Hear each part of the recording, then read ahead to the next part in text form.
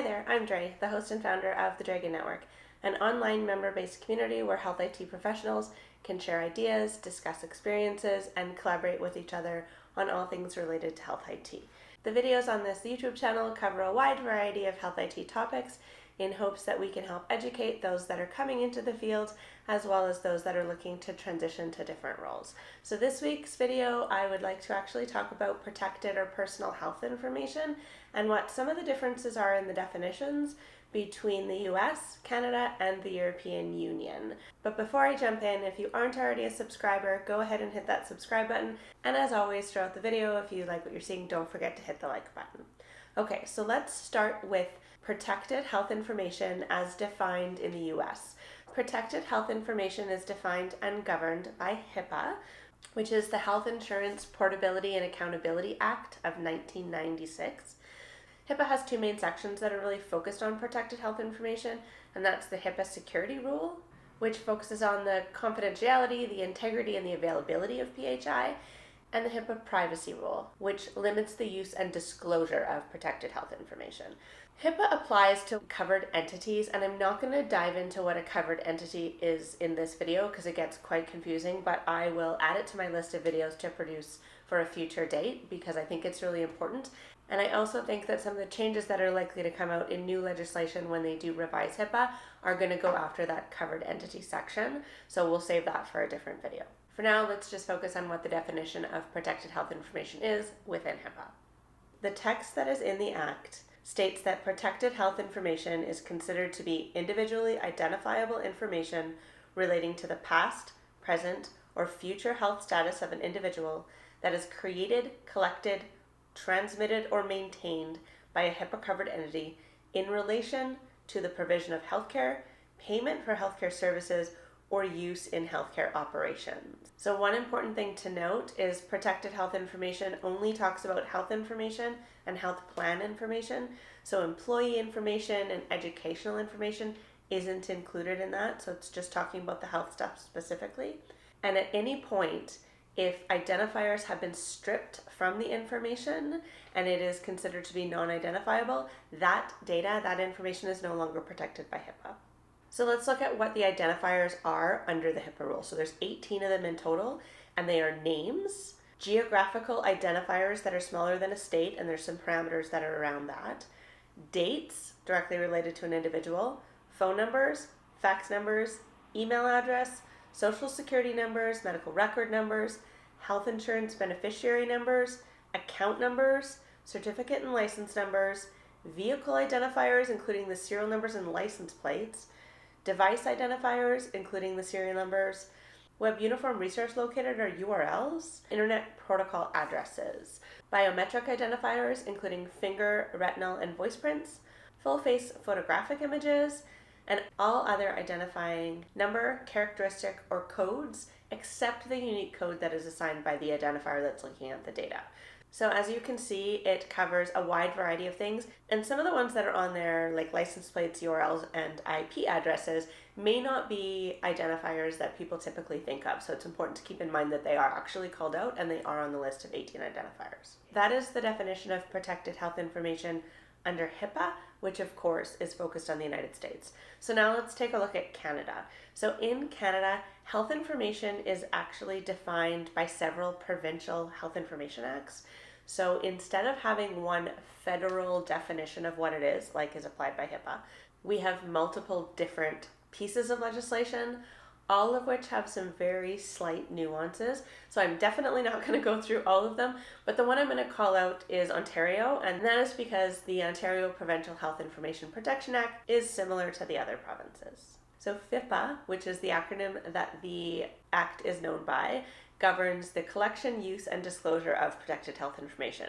And that information is defined as any information about an individual, whether oral or recorded, if the information relates to the individual's physical or mental condition, including family history, relates to the provision of healthcare to the individual, is a plan of service for the individual, relates to payments or eligibility for healthcare or for coverage of healthcare, relates to the donation of any body part of bodily substance, or is derived from testing or examination of any such body part or body substance, is the individual's health number, or identifies an individual care provider or substitute decision maker for the individual. So you can see with this, there are quite a few similarities with HIPAA. It is talking about all of the information related to the provision of care, the payment for care, setting up, really anything that's talking about data that could in fact relate back to an individual discussing their health or identifying them in that capacity. As I mentioned, these provincial health information acts are at the province level, they're not at federal level, so there are a couple different nuances. There are some differences compared to the 18 identifiers under HIPAA. There's no mention, for example, of vehicle numbers or of IP addresses or URLs, things like that. It takes a more broad approach, and if it is in any way related to someone's health, so if, for example, someone's driver's license is suspended for medical reasons with seizures, that would be considered health information, and if the driver's license number could identify, then that would absolutely qualify, or if the vehicle could, for example, if there is a placard or something on that for mobility issues. So it does cover them all in some capacity, it just doesn't call them out specifically. But if you are a consultant or a health IT professional that is working in North America on both sides of the border, it's important to realize that HIPAA governs protected health information across all of the US, whereas in Canada, you're going to have to pay attention to each specific provincial law because there are some differences between them. So now let's take a look at the European Union. So in the US, we have one that governs the whole country. In Canada, we have laws that are province by province. In the European Union, we have the GDPR, which actually governs all the member state countries of the European Union. So we go even broader than we did with HIPAA in the US, and we actually cover multiple countries. So the GDPR, or General Data Protection Regulation, is focused on all personal data. So health data is a subset of the personal data, but it is not a piece of legislation that is specific to healthcare. It contains healthcare components, but again, it's looking at all personal data. Healthcare is just a subset. So I'm not going to go into all the definitions of data in there. I'm just going to focus on the healthcare one. But I do think it's important that we keep it in mind and look for the slight differences that we're finding between Canada and the US. GDPR came into effect in May of 2018, and it identifies personal data as information relating to an identified or an identifiable natural person who is referred to throughout the regulation as the data subject. There is clarification in the regulation that indicates this applies anytime an individual can be identified directly or indirectly by reference to an identifier such as name, ID number, location, online identifier. So again, we're seeing a similarity with those IP and URLs that we have called out in the 18 identifiers in HIPAA, or to one or more factors specific to the physical, physiological, genetic, mental, economic, cultural, or society identity of that natural person. So health data in particular is governed by GDPR Recital 35, and the text for GDPR 35 states that personal data concerning health is anything that's related to health status of that data subject, so again, the person that we're talking about